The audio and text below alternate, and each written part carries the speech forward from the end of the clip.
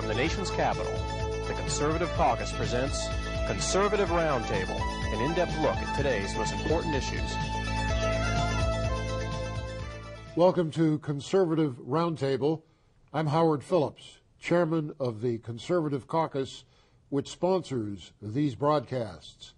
We're privileged to have as our guest today Dan Stein, the leader of FAIR, the Federation for what is the next word? American Immigration That's what Reform. I thought. Federation for American Immigration Reform. I didn't see how American fit in there, but I now understand that it does. Dan, since we last chatted, there have been big changes in Congress. And I think it's very unlikely that Amnesty will get anywhere with the new Congress. But what can Congress do to limit illegal cross-border crossings? Well, it's great to be here. I appreciate the invitation, Thank Howard. you, Dan. Big fan. Thank you, sir. I can't prognosticate about what's going to happen, but look, we've got a House clearly that's now made up of some folks on judiciary who have staked out a strong commitment to immigration control many, many, many years. Lamar Smith is very led good. by Lamar Smith. Been in Congress since the 80s, known him since the 80s. He understands the issue. He understands the players. He understands how the issue has become partisan, politicized in ways we've never seen before. And I know he can make a big difference. Steve King from Iowa. Very good man. Is going to be probably chairman of the subcommittee. He's also got very strong, clear, well-articulated views on this issue. So there's a strong team at Judiciary, going to be some strong new members coming in as well. Lou Barletta from Hazleton, Pennsylvania, former mayor, still mayor. He was actually, I think he's one of the most popular politicians in America, Howard. He showed great courage doing what he did. He did. He put Hazleton on the map with an initiative, an ordinance that helped ensure that illegal aliens couldn't get services in the state. He defended it in the Third Circuit. And despite all the attacks of the shrill fringe opposition, he was one of the few people reelected for mayor in the primary because he not only won the Republican primary with 95% of the vote, he won the Democratic primary in a write-in. Isn't that wonderful?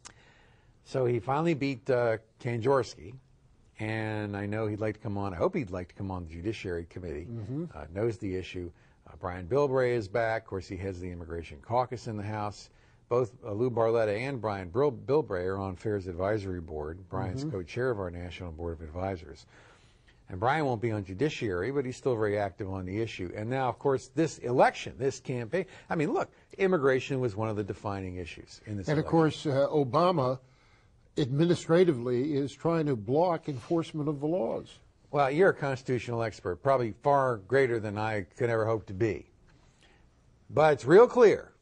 And Obama folks the Obama government, as we like to call it, they need to read the Constitution because the Constitution gives Congress the authority, plenary authority to decide who comes, how many come, and what rules should be enforced, how they should be enforced.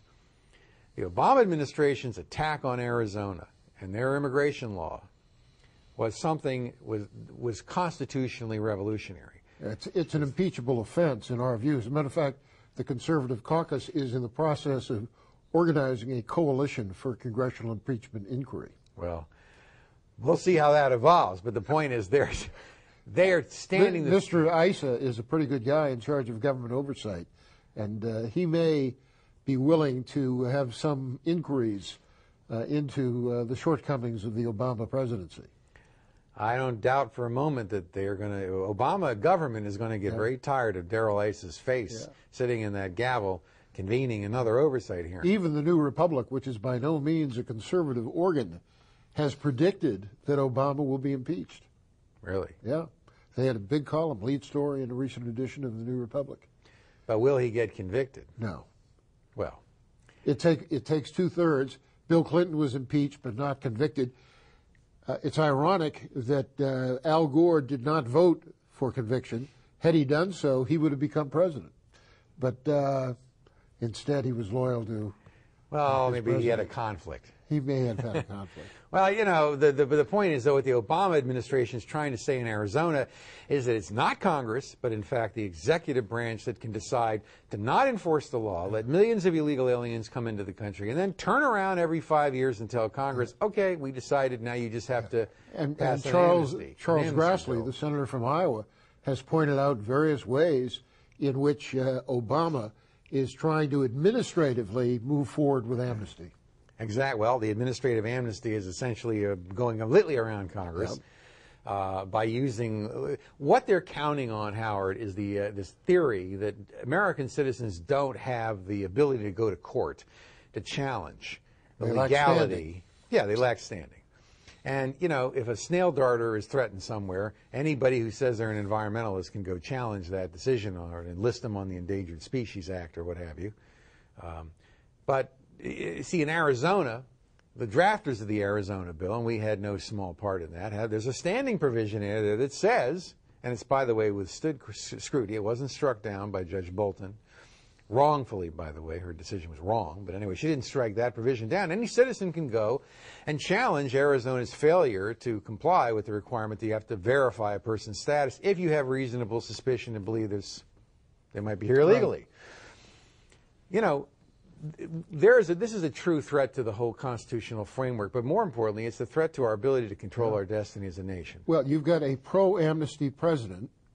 What can Congress, the new conservative majority in the House, for example, do to stop the influx of the illegals? Look, this has been a problem certainly since Clinton. It was under Doris Meisner, who was the Immigration Service Commissioner, that the Clinton administration first began to repeal, if you will, whole areas of immigration law by emasculating interior enforcement. The Obama folks, radical fringe appointees like Cecilia Munoz at the National Council of La Raza, they have it as an agenda to take this a step further. We need to see, the American people need to see, the House Republicans very firmly committed to exposing what is going on. Before this election, the administration tried to pretend they were vigorously enforcing the law. That was a big joke. But the media don't want to focus on this thing. And like a laser beam, we're hoping that the House Republicans Judiciary Committee, maybe Darrell Issa and his committee, will really focus on the threat to national security, the threat to immigration control represented by this willful failure to not enforce the law in the interior. They need to pound this thing over and over again. At a time we got, 25 million people looking for work, a lot of them U.S. citizens, certainly some of them, a few of them, relatively smaller number are aliens authorized to work. All these people out of work. Not only are we not clearing out illegal aliens from work sites and deporting them, but we're letting in 1 million more people to join the labor force through immigration every year.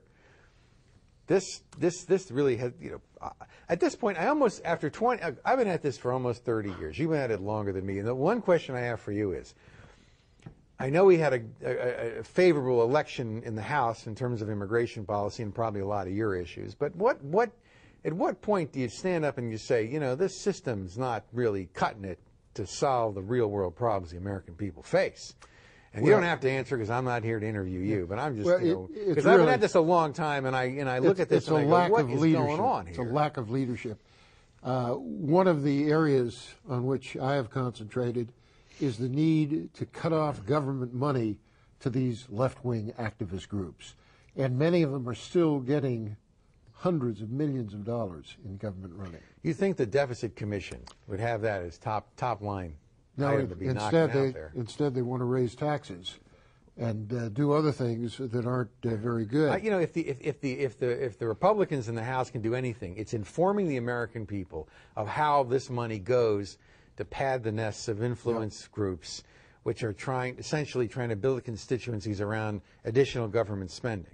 And of course, on immigration policy, when I started on this business, there was some element of a consensus about the national good and the public interest.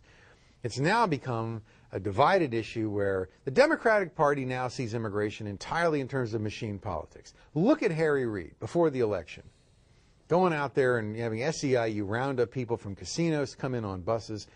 To see a political party using immigration policy, I mean, it's one thing to organize a group that's already here, but using immigration policy to advance machine-style politics to change the base of their party is a totally corrupt use of the policy. It's kind of a form of legal graft.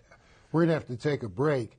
But when we come back, I'd like to get your views on the politics of this.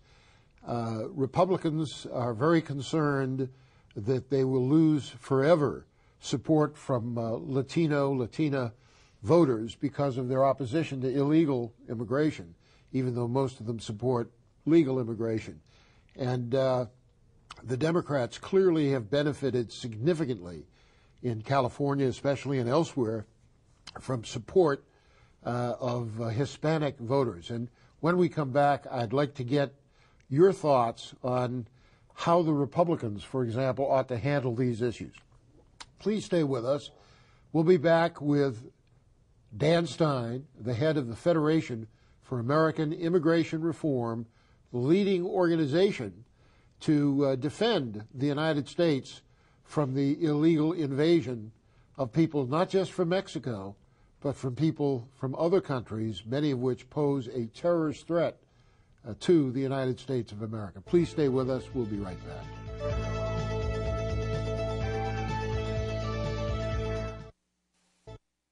You are a defender of liberty. You spoke out. That is part of your job. You were heard in Congress. No. You marched. You created a new movement. You endured attacks. You see folks waving tea bags around. Now you can help to Repeal the bill. go to sendthematmessage.com. Print the pledge to repeal Obamacare. Send it to your representative, senators, and candidates to sign that they pledge to repeal the bill. Repeal the bill. Repeal the bill. Repeal the bill. Repeal the bill. Repeal the bill. Repeal the bill. Repeal the bill. Repeal the bill. Now. Go to sendthematmessage.com and help. Repeal the bill.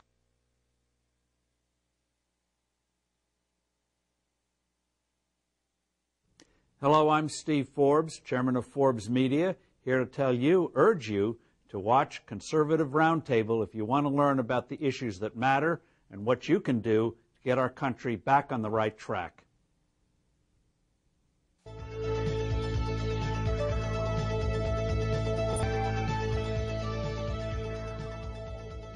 Welcome back. I'm Howard Phillips, chairman of the Conservative Caucus, with our guest, Dan Stein, the head of FAIR, Federation for American Immigration Reform. Dan, if you were a Republican leader, how would you handle the problem that Hispanic voters seem to be staying away from the GOP and supporting Democratic candidates because of Republican opposition to amnesty? Well, all right, look, glad you asked that, Howard, because first of all, that's not true. Hispanic voters are not opposing Republicans because of their immigration position, and in fact not particularly opposing them at all. In fact, the effort by the shrill, far extremist wing of the very far left has made a career out of trying to convince Latino voters that the effort to control immigration is somehow rooted in anti-Latino animus. In fact, we saw with, like, say, Rubio in Florida. Cuban American, that given a fair shake, Latino voters are going to support immigration controls, humane border security, employer sanctions for hiring illegal workers, but they also want to know that that particular politician has a genuine respect for Hispanic culture, Hispanic community. And generally speaking, Republicans can do quite well with Hispanic voters. Look, the Hispanic voters this time around in this last election, same percentage as in 2008. So it really wasn't about, and in fact, exit polls, including one that we did with the polling company, you know, they're not, Latino, Hispanic voters are not voting on the immigration issue. However, with a very large-scale immigration coming into the country, you got to look at the education level, the income levels. They're voting their pocketbook. Who's going to provide education? Big government spending. Who's going to provide anti-poverty programs? Who's going to provide school lunches? I mean, this is what they're voting on. So it's not amnesty. Right. It sometimes takes, when you have an immigrant from, say, Mexico who comes in, elementary school education, no job skills. it could take 2-3 generations to create a Republican voter with a commitment to entrepreneurship, because the education and the income levels need to reach a certain point where they're actually in a position to contribute more than, at this point, poverty levels are so high. I mean, let's think about it realistically. The Republicans have if the Republicans don't like the skew of Hispanic immigrant voters heavily voting for Democrats, and obviously Democrats love it and they're salivating and trying to use immigration for machine-style politics, they got two choices. Change and become big spending left-wingers, or slow down the rate of immigration. And the business wing of the party that underwrites the Republican Party needs to get in its head that this is not about so-called cheap labor. You're getting people, and those people vote, and frankly a large proportion are going to vote big government, at least initially. And so the reality is I think the Chamber of Commerce in the 1920s figured out a long time ago, you may think you're getting a big wave of cheap labor. What you're getting is the next wave of private property nationalization and the politics that ultimately empower Nancy Pelosi to retake control of the government. Obviously, machine-style politics like the Obama government, they understand this, and that's why they're promoting mass immigration. Now, it's not rocket science. I mean, I know that they all know this. Since 9/11, the war on so-called terror has... no, we can call it that again. Yeah. It's okay. Has led to restrictions on the rights of the American people. One of the most notable of these is the strip searching of people as they go through the line at the airport, and made subject to potentially dangerous X-rays. And it's hard to believe that this is a way of fighting terrorism. Why don't Republicans put more emphasis on the fact that the real terrorist threat is enhanced by the open border? Well, I think the short answer to that is that the business wing of the Republican Party doesn't want to sacrifice anything to advance national security at the perimeters. And we saw this after 9/11. Why should American citizens suffer any derogation from privacy and liberty when the government won't control the border and tell us who's coming into the country and who won't?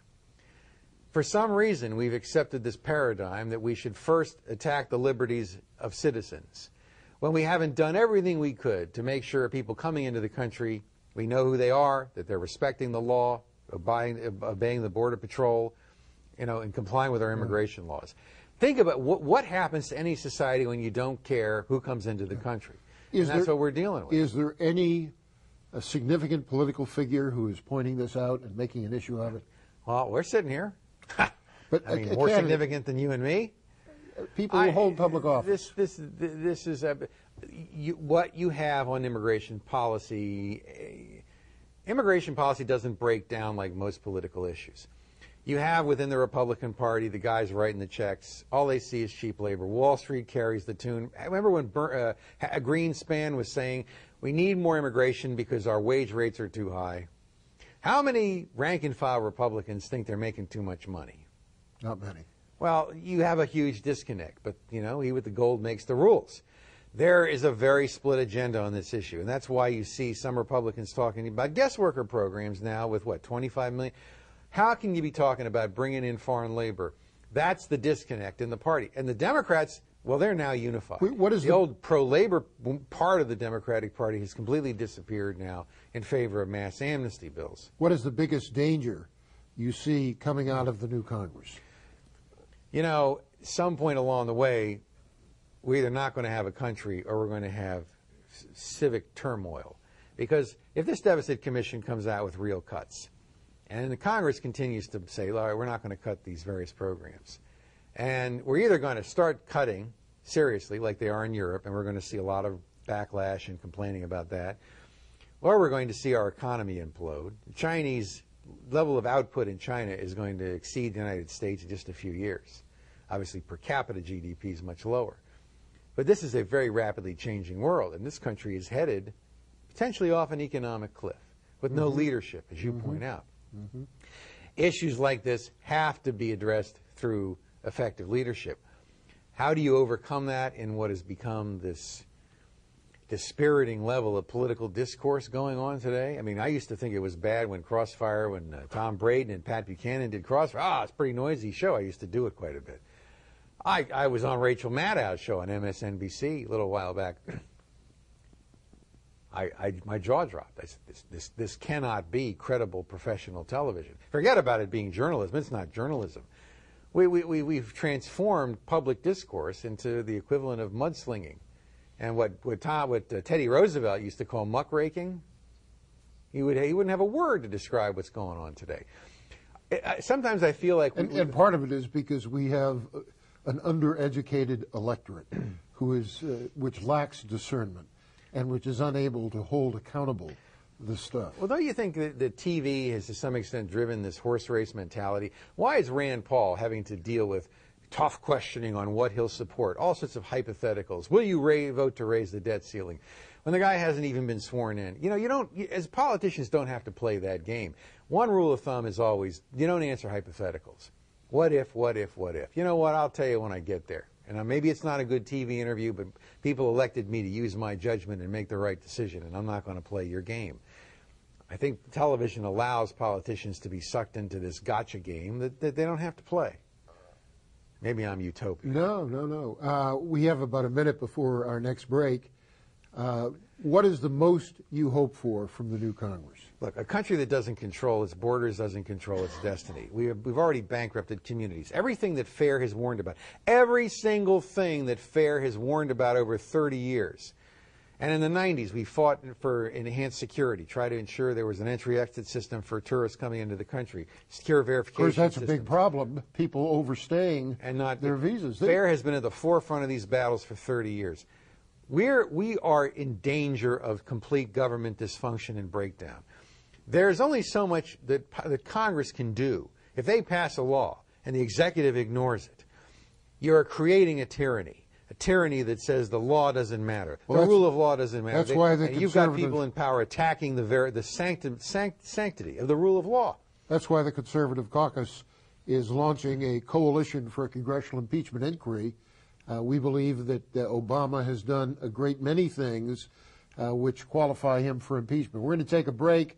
We'll be right back after these messages and some final words from Dan Stein, the country's leading expert on how to address the immigration catastrophe which now encompasses our country. Stay with us.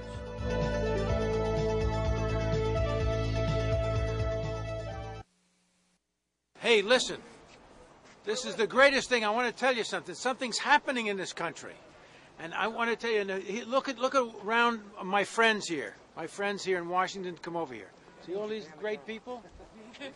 These great folks are here because they want to take the country back to the direction of the Founding Fathers and stop all this nonsense that's going on and stop this, this immersion into socialism, which is happening. We've got to stop it. And every day we're losing a little bit of our freedom. But the answer is that the individual citizens can make a difference. They can walk through these houses of Congress. They can look their congressman in the eye and say, hey, vote this bill down. Get rid of it. We got a lot of work to do. And the first thing we have to do is get rid of the garbage and the attacks on our freedoms. This is it. So anyway, that's what these guys are doing here today to do. Yes! That's what they're doing. And I say, all of you guys out there, with the sound of my voice and the visual that this great gentleman has created, get down here and do your responsible citizenship by going and seeing your representatives and telling them, what you want, because this is your house. It's not their house. Get in there and tell them what to do, and let's begin cleaning this country up.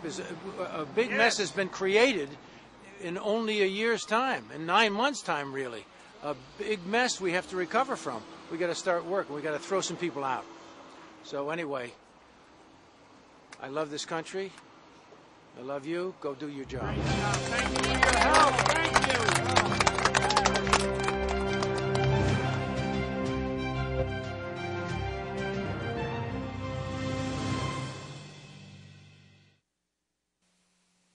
Welcome back. If you're interested in the kinds of issues we discuss on Conservative Roundtable, please contact us. Our fax number is 703-281-4108. Send us your address, other contact info, and with no cost or obligation, we'll send you more information. And now we're going to let Dan Stein have the last word.